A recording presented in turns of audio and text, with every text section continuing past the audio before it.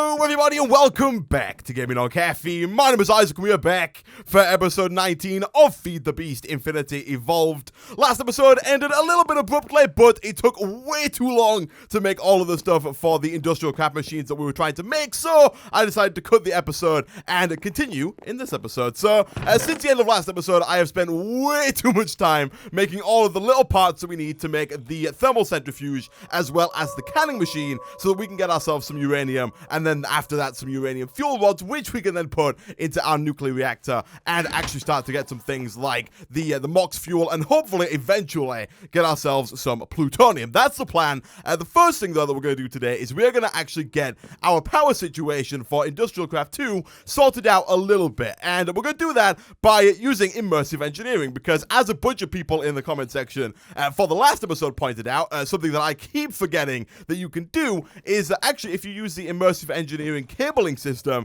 you can connect up redstone flux to your Industrial Craft 2 machines and use your RF power system to power the Industrial Craft 2 machines. So, to start with here, what we're going to do is we're going to make ourselves a normal leadstone energy cell to store all of the power that our water wheels are making that is not really going anywhere, because it's actually quite a lot of power that's not being used for anything. And so to start with, we're going to make this leadstone energy cell. It's a little bit hard to make, a bit harder than I thought it was going to be, but it is doable. So, all we need is some lead, some glass, and some redstone. Redstone we already have on us. Lead we have in spades, and glass we have up here. How much do we have? We got 12. That's not a lot, but it's more than enough for what we need today, so that should be fine. We're also going to need another electronic circuit, which again shouldn't be too big of a deal. We've got enough rubber to do that for quite some time. And I did get some more copper between episodes, so copper shouldn't be an issue. But what I will do real quick before we start making all of the other stuff is I will switch you over to wire mode, and I will just put a couple in there to kind of make sure that we're good for copper cables in the future. We do have some in our inventory, but those are already kind of,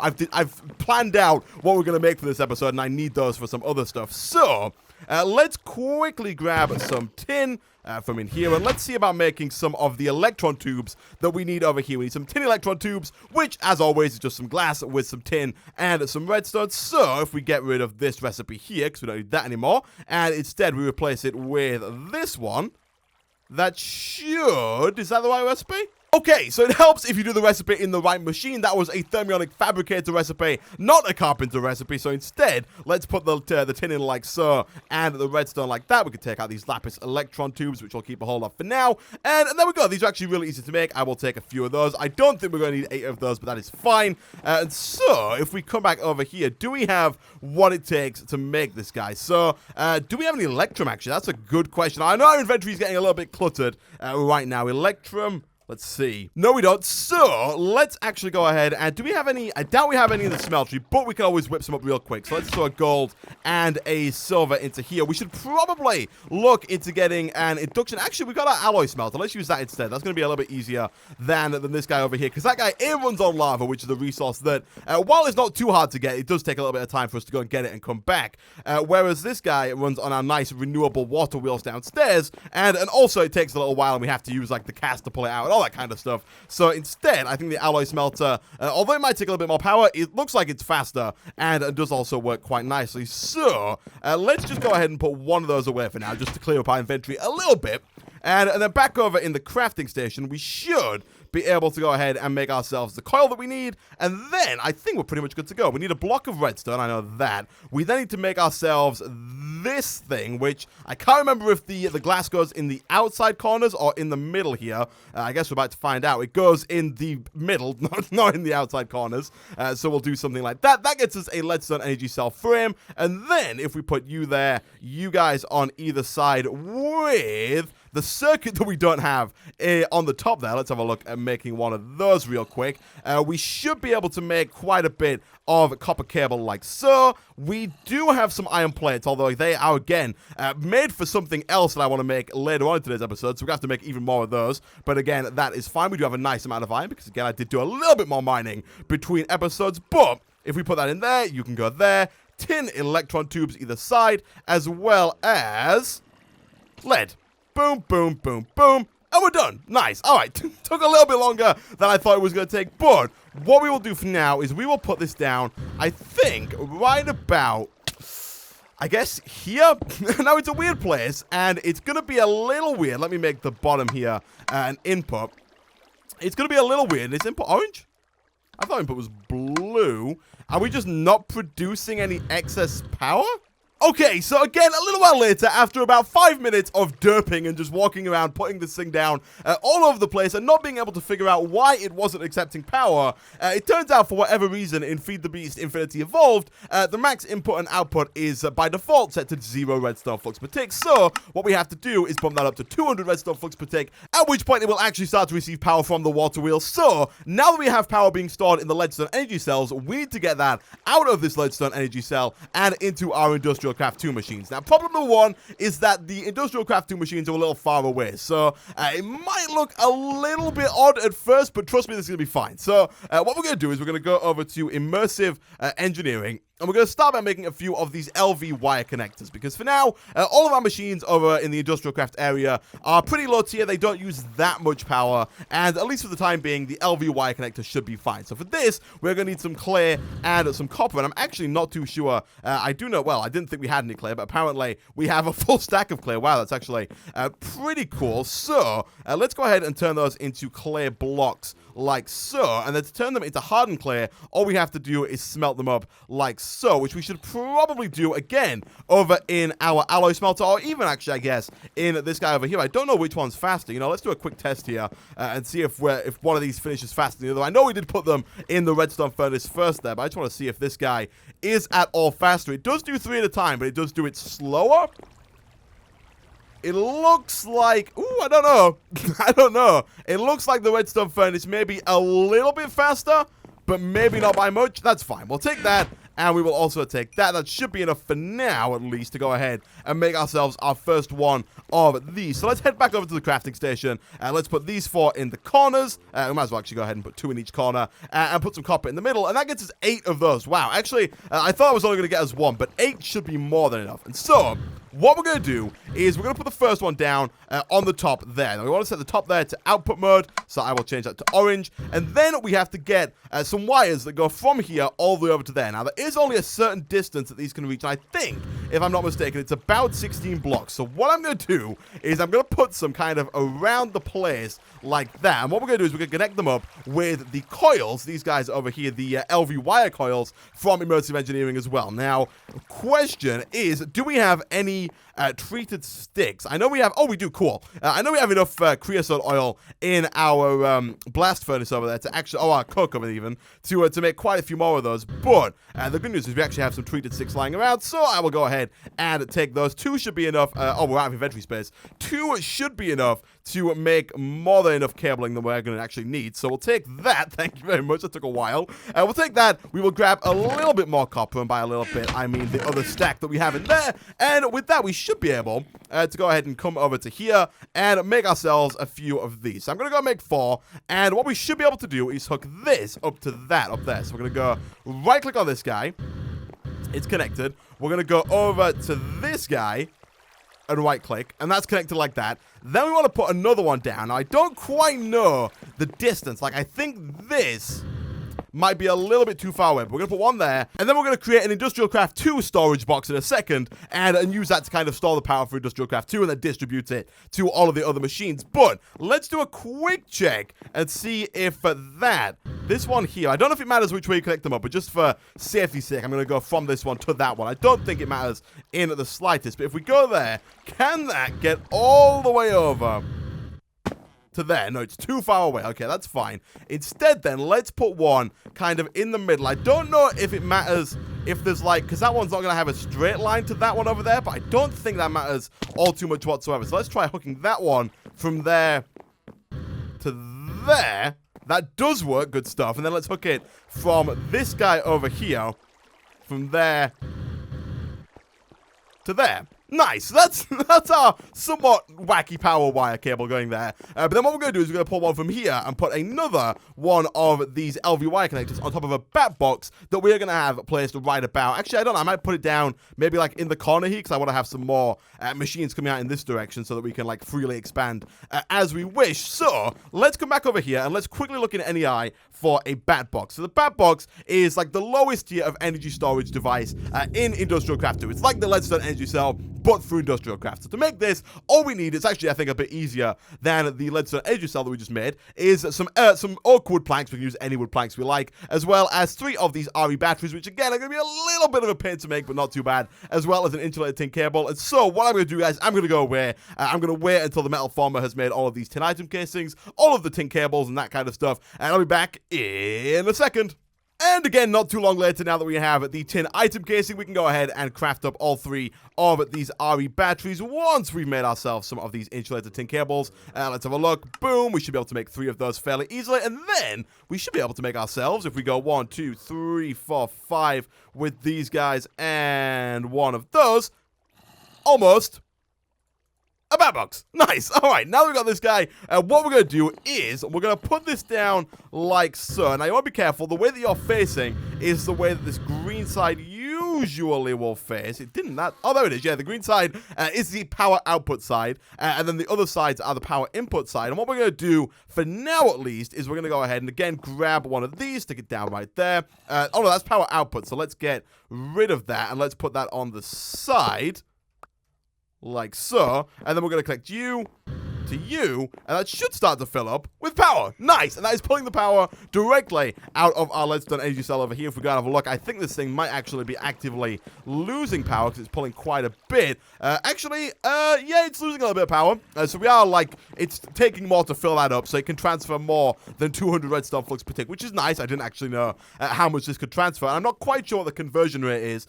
Usually it's about 4 to 1, so 4 redstone flux equals 1 EU, but I'm not quite sure if that is the exact conversion rate that immersive engineering uses. But we now have a nice way of powering our system without having to feed like a ton of coal into this generator over here, which is nice because coal is a resource that we actually don't have that much of. So what we're going to do now is, again, I'm going to use this iron cable for the time being because it works pretty well. It can carry quite a lot of EU, so we're going to use this to kind of, we should probably get rid of that.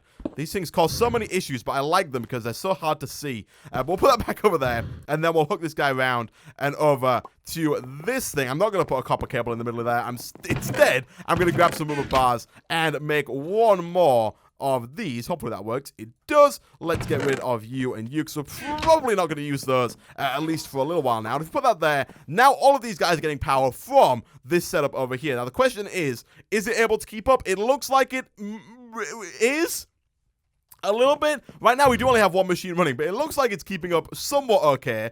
In the future, we could always upgrade this batbox to something like an MFE that can output up to, I think, 128 EU per tick, maybe even 512 EU per tick. But right now, this thing can only output 32 EU per tick, but that should be fine. And so now we've got a nice little stable power system going. Let's work on getting ourselves the thermal centrifuge and the canning machine. So both of these two should be fairly easy because I've got most of the stuff that we need to making both of them in our inventory here. So, first of all, the mining laser. This thing shouldn't be too big of a deal.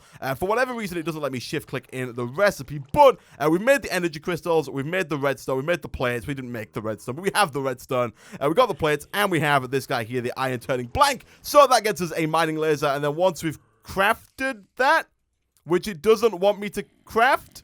Okay, so for whatever reason, it didn't want me to craft the mining laser, but logging off the server and logging back on seems to have fixed that issue for whatever reason. And then all we have to do is put our advanced machine frame in the middle there, quickly grab ourselves some iron ingots, which we have quite a lot of now.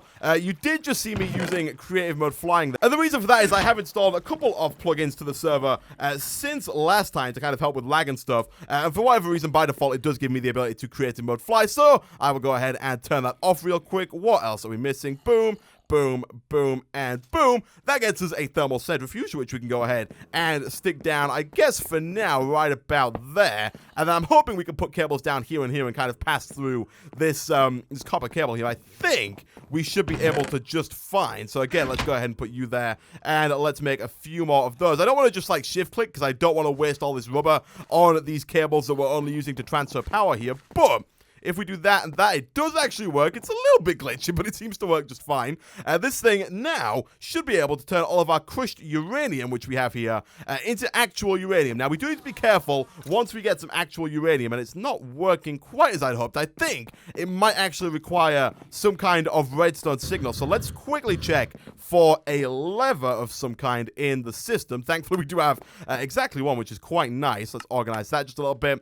Middle mouse click, by the way, for those who are wondering how you you quickly organize your inventory. I know a lot of people ask me about all the shortcut keys that I use. But if we stick that down like on there and turn it on, there we go. Okay, so now it's working. It's pulling power. It's probably pulling a lot of power out of this thing. Although, again, it can only pull 32 EU per tick max. And what it's going to do is it's going to heat up. So, the way the thermal centrifuge works is kind of like advanced machines, if you've watched my Modded Survival Island series, is it heats up and then it runs faster once it's at max heat. Actually, I think it might not run at all until it gets to a certain heat. And the way you can keep it hot is by keeping the lever on it and keeping it turned on. But, of course, the downside to that, it does draw a constant amount of power to keep it hot and to keep the temperature up there and to keep it working at that nice speed. But for now, we will leave that in there, and hopefully that uranium will turn into some uranium that we can actually use. And whilst we're waiting for that, if we look again at the recipe for the uranium cells, the way that we make them is by putting the enriched uranium nuclear fuel, which is made using normal uranium and tiny uranium piles, both of which we do get by putting this crushed uranium through a thermal centrifuge. So we should get enough of that stuff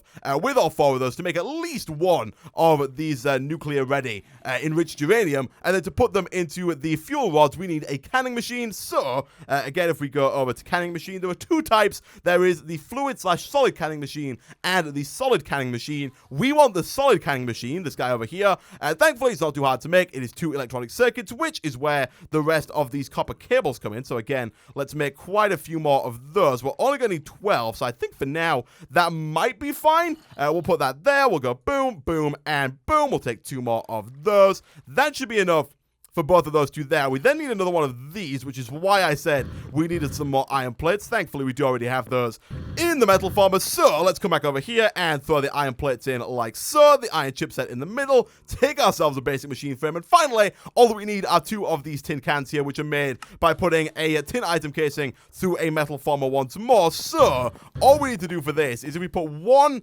tin ingot in there, that should turn into 1 plate, which then if we put that 1 plate back in again, it will turn into 2 item casing. And then if we put them both of them 2 item casing back in again, it will give us 2 of these tin cans.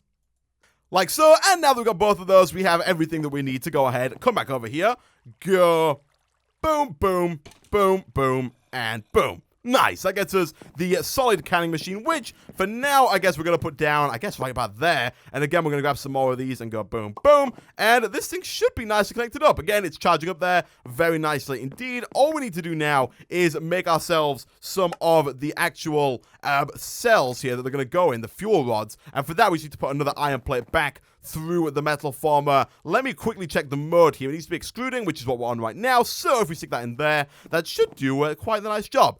This thing is working quite nicely. We now have 12 uranium and 3 tiny piles of uranium, which is just enough to make 1 of these guys, because we need 3 tiny uranium to make it. We now have 4, which is nice, but you can see we are going to need quite a lot of uranium to get a lot of these cells. But before we take that out, we do have to consider radiation, which is the debuff that you get when you touch uranium without wearing the proper armor. And so what we're going to do is we're going to make the proper armor. So if we go over to industrial craft and we scroll through, there is a hazmat suit, this stuff over here. There are hazmat suit leggings, there are then rubber boots and a scuba helmet. You need all 4 of these in order to not get the radiation debuff when you're dealing with uranium cells, or I think even just being near an active nuclear reactor. So eventually what we're going to want to do when we get some normal armor or some better armor that we have now, which is nothing, is probably move the nuclear reactor that we have right here to a more secure location. Right now, it's not in the safest of places. 1, because it can blow up, and 2, because it causes us to get radiation. But as long as we keep 1 heat vent, or a ratio of 1 heat vent per uranium cell, I think it should be fine. The emphasis being on the word think there. I'm pretty sure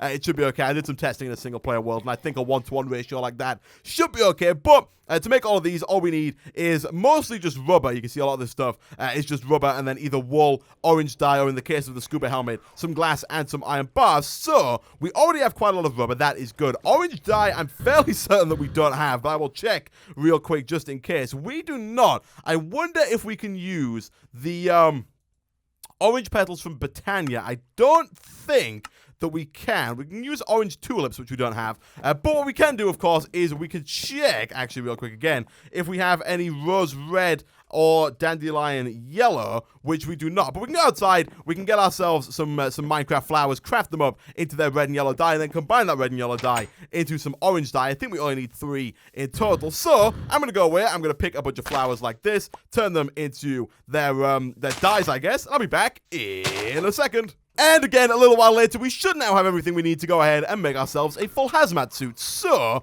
for this, we are missing, of course, the orange dye, which we can whip up real quick by doing something like that. We can then go ahead and make one of those. Got to be careful not to make two, because I don't want to waste the orange dye. We can then go ahead and make a set of those. Again, don't want to waste the rubber. Rubber boots should be fairly easy. I think this should work. It does. And then finally, of course, the helmet, which, again, should be fairly easy to do. And once we have all of those, we can go ahead and take off our jetpack, put all of those on, and now if we pick up the uranium, it shouldn't cause us to get any negative debuffs. So you can see we are perfectly fine. It probably is going to start to wear down the durability of the suit. I'm not quite sure if that's how that works, but I'm going to assume it is. But anyway, if we take that and we craft it up like so, we got ourselves this enriched uranium and nuclear fuel. And now, if we come back over to the metal farmer, we can take ourselves our fuel rod. We can combine both of those up in the solid canning machine like so. That should combine that into an actual fuel rod. Whilst that's doing that, let me get rid of this excess uranium that we have. I keep thinking that I can use my jetpack, and I cannot.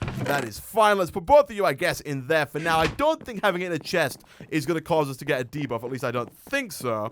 So instead, let's come back over here. This guy is now done. And then if we put it into here, boom, and then flick, again, a lever on to turn that thing on. And once we've got the lever, all we have to do is click it on here. I think we could put it on the wall. And I know if you put it on the reactor, it does work. Actually, no, we'll just put it on here for now and go boom. Hopefully it doesn't explode.